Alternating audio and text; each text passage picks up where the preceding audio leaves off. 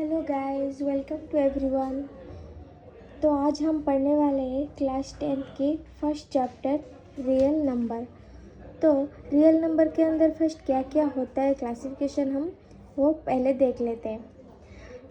पहले आता है rational number, integers, whole numbers, natural numbers. तो नेचुरल नंबर किसे कहते हैं? जो 1, 2, 3, 4 ऑल पॉजिटिव नंबर, जीरो के अलावा और सब पॉजिटिव नंबर को हम नेचुरल नंबर कहते हैं। होल नंबर किसे कहते हैं? जीरो को ऐड करके ऑल पॉजिटिव नंबर्स। फिर इंटीजर्स किसे कहते हैं? All positive, negative and zero, इसे हम क्या कहते हैं? इंटीजर्स। रैशनल नंबर किसे कहते हैं? जिन नंबरों को हम फ्रैक्शन में कन्वर्ट कर सकते हैं। फ्रैक्शन मतलब 2/3। फ्रैक्शन में जिन नंबरों को हम कन्वर्ट कर सकते हैं उन नंबरों को रैशनल नंबर कहते हैं। और एक है जो इरेशनल नंबर। इरेशनल नंबर किसे कहते हैं? पाई, √10, √2, √3, 1. इरेशनल नंबर अब आपके चैप्टर में नहीं है तो इसे हम बाद में पढ़ेंगे। पहले हम देखते हैं definition of rational number. Any numbers that can be written as a fraction of two integers is a rational number where denominator is not equal to 0. Rational number किसे कहते हैं? जिसको हम फ्रैक्शन में कन्वर्ट कर सकते हैं और उसका डिनोमिनेटर नॉट इक्वल टू 0। मतलब जो p/q है इसका q नॉट इक्वल टू 0 होना चाहिए। जब हम डेसिमल एक्सपांसन करेंगे तो वो terminating and non terminating repeating होगा। टर्मिनेटिंग इसका मतलब है जब हम डेसिमल में कन्वर्ट करेंगे तब एक पॉइंट के बाद वो ख़त्म हो जाएगा, और अगर ख़त्म भी नहीं होगा तो वो रिपीटिंग होगा। जैसे कि एग्जांपल देख लो, 2.431, इसके बाद ये ख़त्म हो गया, इसके बाद रिपीट नहीं कर रहा, तो ये terminating. Non terminating and repeating क्या होगा? 2.454545, ये 4/5 रिपीट कर रहा है, तो ऐसा होगा तो वो रैशनल नंबर होगा। इरेशनल नंबर किसे कहते हैं? Irrational number can not be written in fraction form, they cannot be written as the ratio of the two integer. Irrational number p/q form में कन्वर्ट नहीं हो सकता, और ये non terminating and non repeating होगा। ये एक पॉइंट के बाद ख़त्म नहीं होगा, चलता चलता ही जाएगा। जैसे कि 4, 5.2, 3, 4, 6, 7 ऐसे चलता ही जाएगा, ये कभी ख़त्म नहीं होगा। एंड नॉन रिपीटिंग, ऐसे रिपीट नहीं होगा, इसे कहते हैं इरेशनल नंबर। चलो हम देखते हैं theorem 1.1, fundamental theorem of arithmetics. ये एक बहुत इंपॉर्टेंट थियोरम है। चलो देखते हैं इसमें क्या है।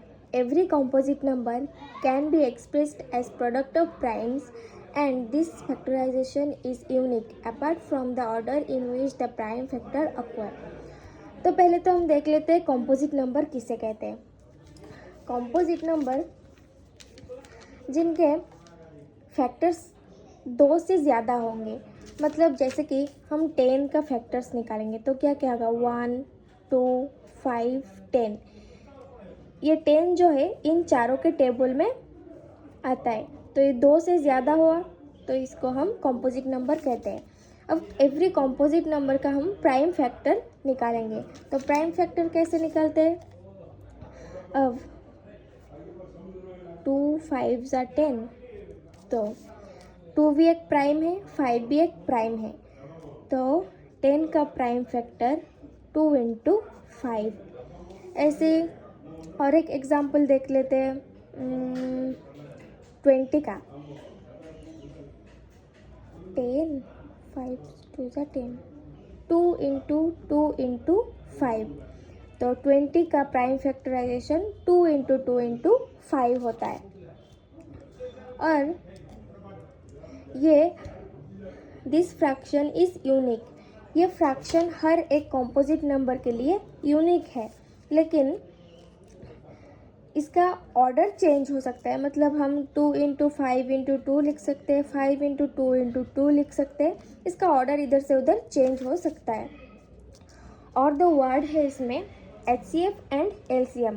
HCF किसे कहते हैं? Product of the smallest power of each common prime factor in the number.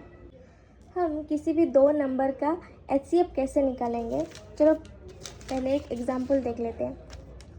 10 and 20 इन दोनों का हमें HCF निकालना है। तो पहले क्या करेंगे, 10 का प्राइम फैक्टर निकालेंगे। 10 का प्राइम फैक्टर 2 इंटू 5, 20 का प्राइम फैक्टर 2 इंटू 2 इंटू 5। अब इसमें क्या क्या बोला है, product of the smallest power of each common prime. पहले इनमें से कॉमन प्राइम कौन कौन सा है, 2 दोनों में कॉमन है, 5 दोनों में कॉमन है, तो दोनों ही लिखेंगे 2 इंटू 5। पावर स्मॉलेस्ट पावर, इसमें स्मॉलेस्ट पावर लेना है हमें, तो यहाँ पर 2 का स्मॉलेस्ट पावर 1 ही है, 5 का भी 1 ही है, लेकिन इसमें 2 का square into 5 to the power 1। तो इन दोनों में स्मॉलेस्ट पावर कौन सा है, 1 का, तो 2 टू द पावर 1, एंड 5 का इसमें भी 1 है, इसमें भी 1 है, तो 5 टू ज़ा 10। तो 10 और 20 का HCF क्या होगा, 10 होगा। वैसे LCM क्या है, product of the greatest power of each prime factor involve in the numbers. यहाँ पर हम ग्रेटेस्ट पावर को लेंगे। चलो इसे हम एक एग्जांपल के थ्रू समझते हैं। तो दो नंबर लेते हैं हम, 220 एंड 150। इन दोनों का LCM निकालेंगे। तो पहले 220 का prime factor 2 into 2 into 5 into 11, तो इसका क्या होगा, 2 स्क्वायर इंटू 5 इंटू 11। 150 का prime factor 2 into 5 into 5 into 3, 2 into 5 square into 3। तो इसमें क्या बोला है, greatest power of each prime factor involve in the numbers.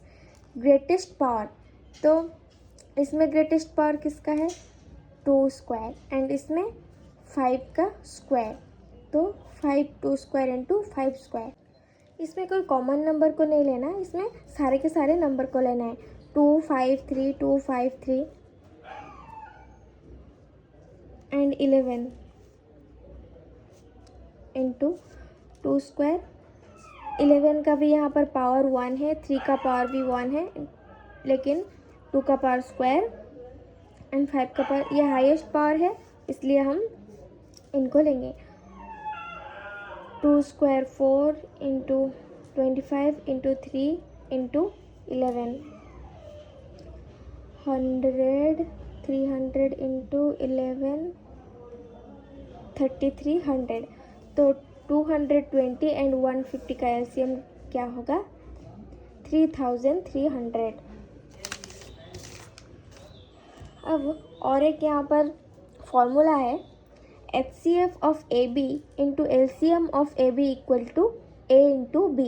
अब दो नंबर A एंड B, दो नंबरों का हम HCF निकालेंगे और LCM निकालेंगे, फिर उन दोनों को मल्टीप्लाई कर देंगे, तो वो इक्वल टू दोनों नंबरों का मल्टीप्लाई से इक्वल होगा। ये एक फॉर्मूला है, इसके बेसिस पे बहुत क्वेश्चन आते हैं। चलो हम देखते हैं कुछ examples. Express each numbers as a product of its prime factor. इन नंबर्स का हमें प्राइम फैक्टर निकालना है। 140 का प्राइम फैक्टर क्या होगा, 140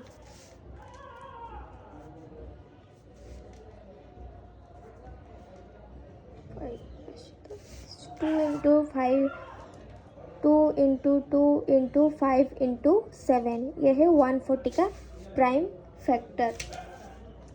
अब हम निकालेंगे 5005 का प्राइम फैक्टर। 5005 का प्राइम फैक्टर है 5 इंटू 7 इंटू 11 इंटू 13। 220 का प्राइम फैक्टर हमने निकाला था 2 इंटू 2 इंटू 5 इंटू 11। एक और एग्जाम्पल देख लेते हैं। Given that HCF of 306 and 657 equal to 9, find the LCM of 306 and 657। अब ये क्वेश्चन इस फॉर्मूला के बेसिस पर करना पड़ेगा। ये क्वेश्चन इस फॉर्मूला के बेसिस पर करना पड़ेगा। दोनों नंबरों का HCF दिया हुआ है, दोनों नंबर भी गिवन है एंड उसका LCM पूछ रहा है। तो HCF of AB into LCM of AB is equal to A to B। HCF of AB कितना है 9, LCM ऑफ AB गिवन नहीं है 306 इंटू 657। तो LCM of AB equal to 306 into 657 by ये 9 इधर आ जाएगा 9। तो इसे हम सॉल्व करेंगे तो आएगा 22338। LCM of AB equal to 22338। तो कैसे लगा आप लोगों को कमेंट में बताओ। इस चैप्टर का एक्सरसाइज हम नेक्स्ट वीडियो में करेंगे। Thank you guys.